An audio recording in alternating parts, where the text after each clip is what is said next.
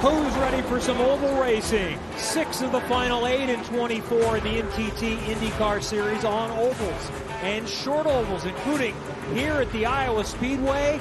So nice, we'll do it twice. Welcome to the Hy-Vee INDYCAR weekend, where it is going to be warm. Not too bad today.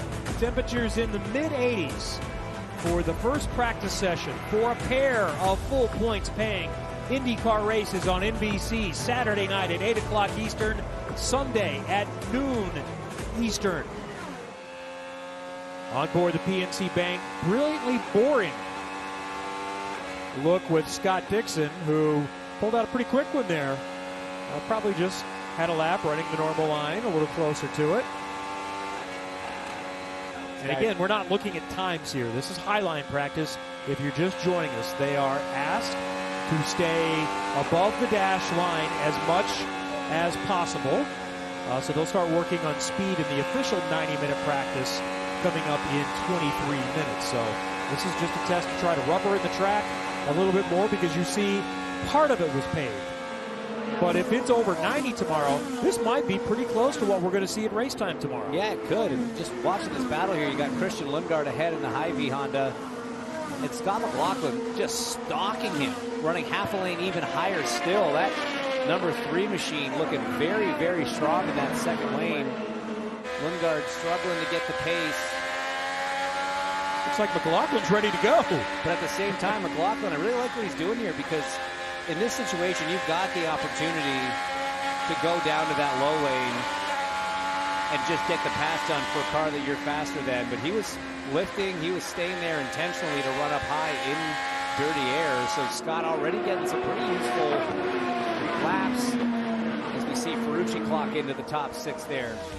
All right, combined results from the practice to the practice, the prelude to the practice, or highline practice. I think we call that an opening act in the music biz. Yeah. And as we are riddled with concerts this weekend, we should try to fit in as many music industry references as we possibly can. Here's the thing. There are no opening acts that are allowed here. These are all headliners, man. Headliners. Take a look at the final page there. Again, these are not times that anybody needs to really pay any attention to. What will we see in this real practice match? Well, it's going to be interesting to see, that's for sure, how fast the cars can go, and all eyes will be on this man. He is sort of the Prince of Iowa, the King of Iowa. 14 starts, 6 wins. He has led more laps here than the entire field combined by almost 3 times. It's incredible, the run that he's had here. It very easily could have been 7 wins. You remember when he had that mechanical failure while leading a few races back. So going to be interesting to see, because it is different from the test. Tires are different, downforce levels different, track conditions are different. Already you see some adjustments there from Newgarden, right hand going down to the front roll bar. And as Graham Rahal said when we interviewed him after that highline session, what's going to be really important is for drivers to still be exploring that second lane.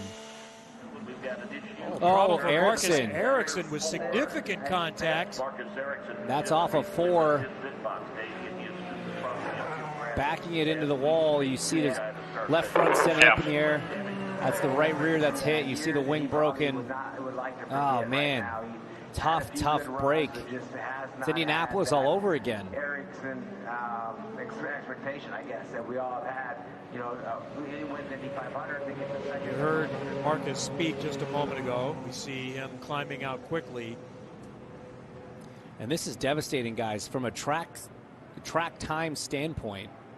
This is it. This is the only practice. 90 minutes. Next time he gets into a race car, he's going to have to qualify that thing. You've got to qualify for both races. So here we are. This is through 2. So a little bit of understeer. Now let's listen here through 3 and 4. Oh my God, right at turn in. Well, my first thought, was there any chance that it's just the rear wing and it is something that can be fixed? I'm going to say no. Hard pass. Yeah, no. It's the right rear. It's the back of the car. It's the right front. That is not getting done in an hour and 15 minutes. Can confirm. Nice clear track, though, from Colin Herta. Take a look. Yeah, let's listen and ride along with Herta and see what he's exploring. No pressure, McLaughlin on ahead.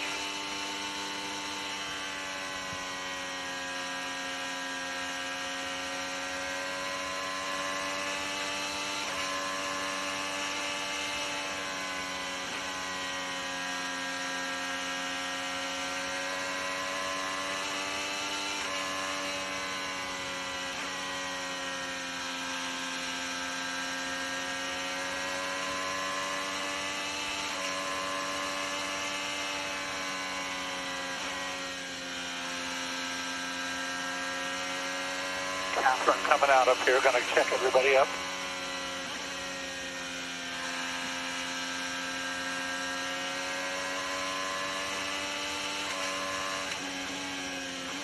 All right, Cole's going to be forced to use the highline here. See, even there, Kev, that's what I'm really upset about at this pace, is coming up on a slow car out of the pits, just getting up to speed, and even still, that closing rate wasn't willing to go up to the highline.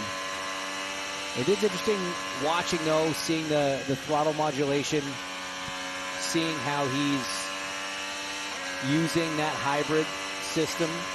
Seems to be deploying it out of turn 4 for as much of a pull as is possible. Again, he's only getting down to about 20-something% because, remember, there's a fixed amount of energy per lap that you are allowed to expel, to deploy, and evidently that equates to about 80% of a full charge. You see it right here. He comes out of 4 and again stops right at 22, 21. So you don't even get a full charge with the deployment, with the energy limits that they have here at Iowa. That limit changes track to track as determined by IndyCar. Getting a look at Rinus VeeKay here, who is much further down the leaderboard than I would imagine he would like. Lots to get used to and reacclimated to and learn in this practice session. This was some recent radio on the 21. I don't think we're the only ones struggling with the entries. Just soften everything on the way in.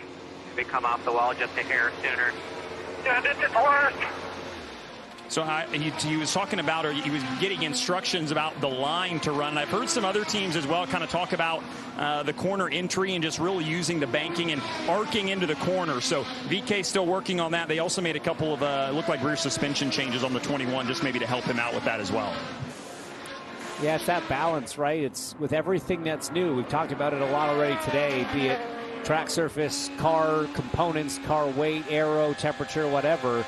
It is a combination of the driver having to adjust, the engineers and the setup having to adjust. There's no one magic fix for that many different variables changing.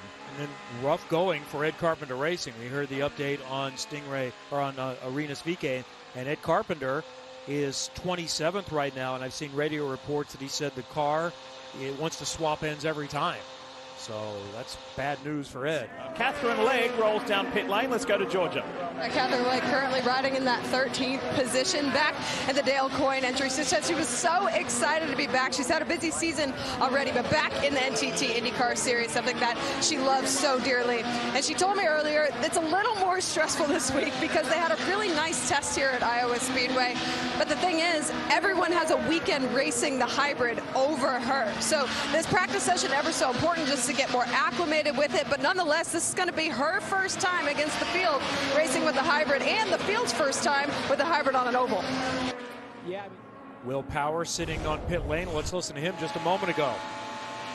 Mossy blending on the back straight.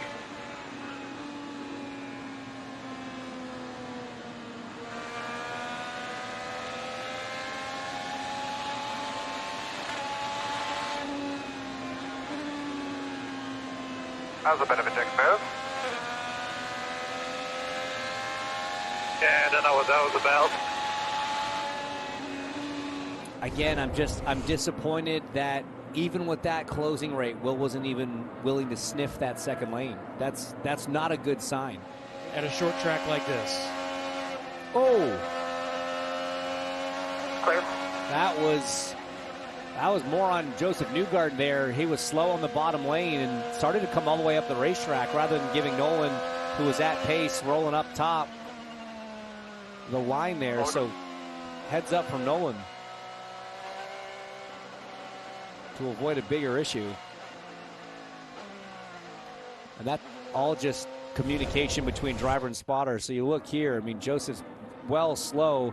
He leaves a lane, to be fair, but he was moving up. He was sort of trending upwards. So it's easy for Nolan at that phase to not know whether Joseph's really paying attention and sees him, because he sort of comes off the corner on the more traditional line, even though he was running low and slow, and left him a lane. But maybe it's a little bit too late for Nolan to be confident that it was still going to be there when he got there.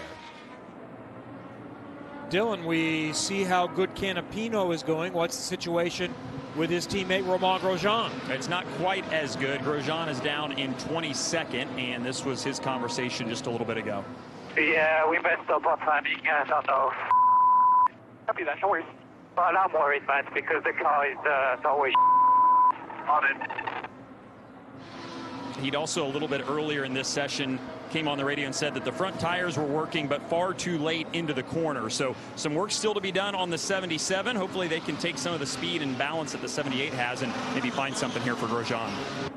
This is what a team is supposed to do, right? This is what working with your teammates all about. If there's big setup changes, fundamental differences in the setup between these two cars, they can sort of just Control C, Control V the setup sheet from the 78 over to the 77.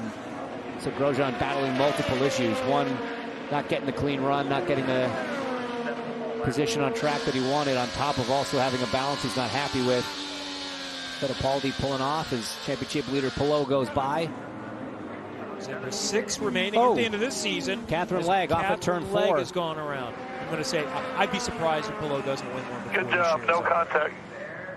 And that's one of the great things about short tracks. Those speeds are a little bit less. The high bank can really help bring the car down to the inside. If you have a moment late enough in the corner, you can have a spin without contact. And thankfully for Catherine, that's exactly what it was.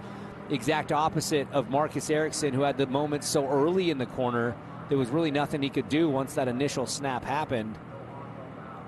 I've seen cars spin off of 4 here without hitting anything. I've seen Marco Andretti spin off of 4, light the rear tires up, going completely backwards with the tire still spinning forwards, full effort, and 2 massive trails of smoke coming off the car, and managed to keep it off the wall.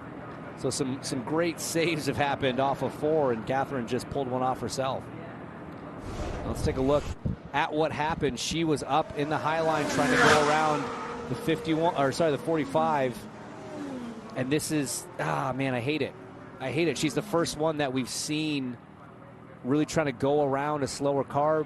Lundgaard may have been coming out of the pits at that time, and the first driver we've seen attempt it ends up going around. So this is from Herta's on board. So you see her up high. He's seeing the slow spin, trying to judge where that car's going.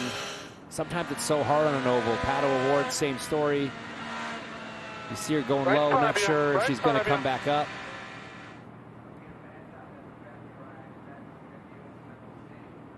It's not like she got unreasonably high.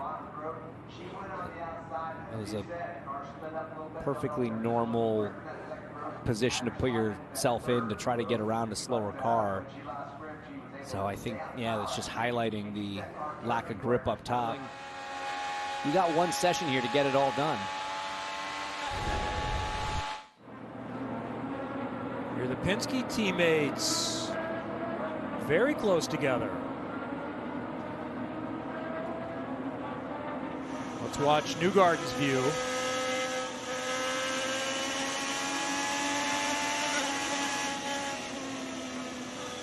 Interesting. So Power lets McLaughlin go by, and he's just trying to get some gap. Knows that Joseph's behind him, but he's trying to get a clean run. He's out on new tires. It's the best you can get inside. All right. So yeah, that was maybe a mock quali sim. Fresh set of tires had just been put onto the 12 car, so he was trying to find a bit of a gap. I've talked to him since mid-Ohio, but after Laguna, he was sore. And Ferrucci just saved one. That was as close to an accident as you're going to have here at Iowa. I feel like I've seen Colin Herta do something similar here in the past, getting driven up the track. Maybe that was a gateway, but still. You know what I love, though, Kev? keep his foot in it. Still going. I mean, look, this is going to happen in the race. You got to be able to shake that stuff off and just get back into your rhythm. So great work there from Ferrucci, just brushing it off. I would love to take another look at how he got up there in the first place.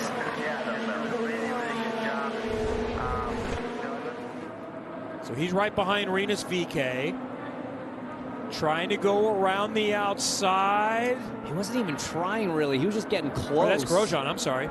He was just getting close there to the 77, pushed up a little bit, and then once he was up, not only did he avoid pushing into the wall, had that late snap right up by it, got the correction in. Whew.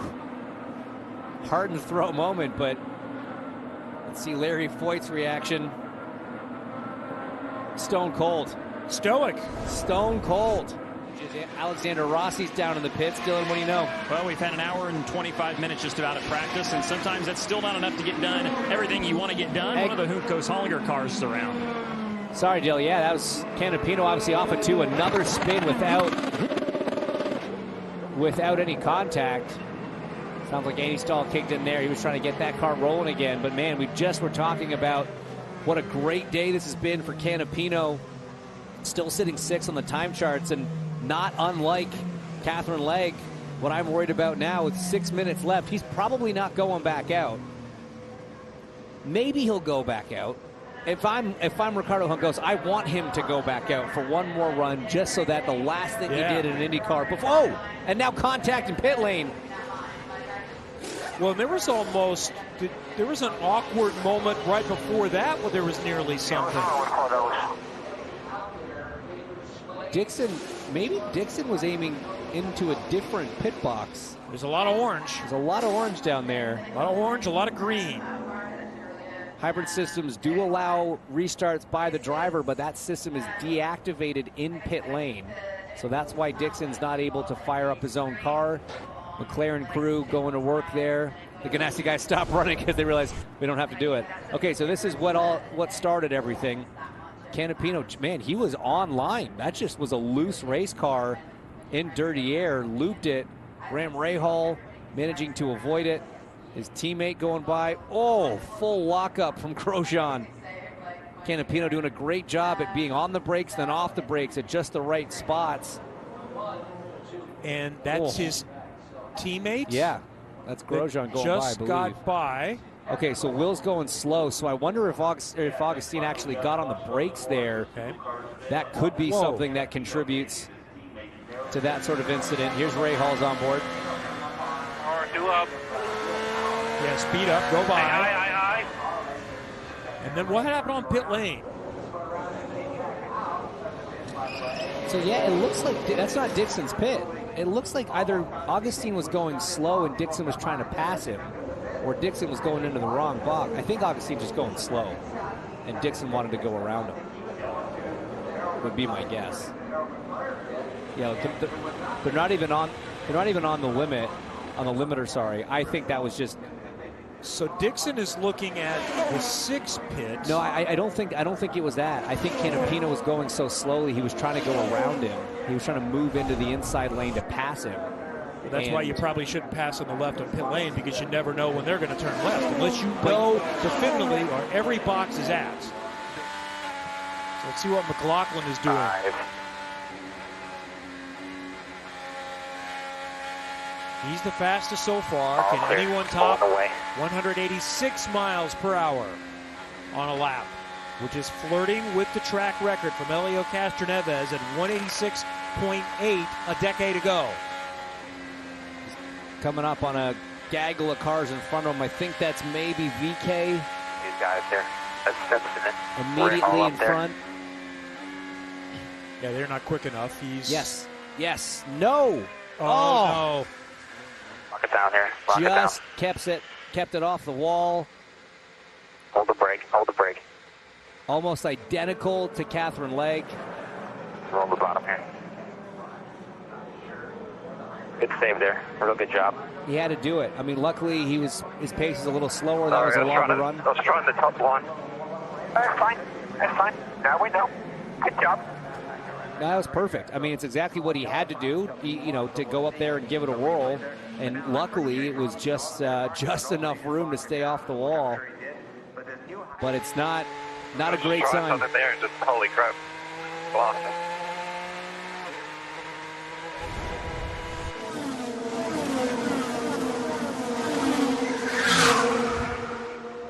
Cool. Stayed on the brakes, making sure he didn't roll back into the wall. Car's fine. And not roll down the track in front of others. But what I also liked about that is the communication on the radio from McLaughlin didn't sound too fussed. He didn't sound worked up by that. Nice slow spin. Let's listen.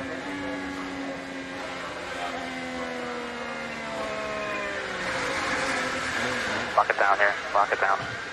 So you already saw Will Power there was making a pass. I believe that was on Herta. Had him a little bit high. So yeah, let's. Yeah, Power trying to make that decision. Where's he going? But I mean, you saw ahead, Rinus VK was a little bit higher than up against the line, just to try to get some clean air from the cars in front of him. McLaughlin going even that little bit higher still, but Kev, that was well within where we saw those cars running in the Highline practice. It's not like he was miles above.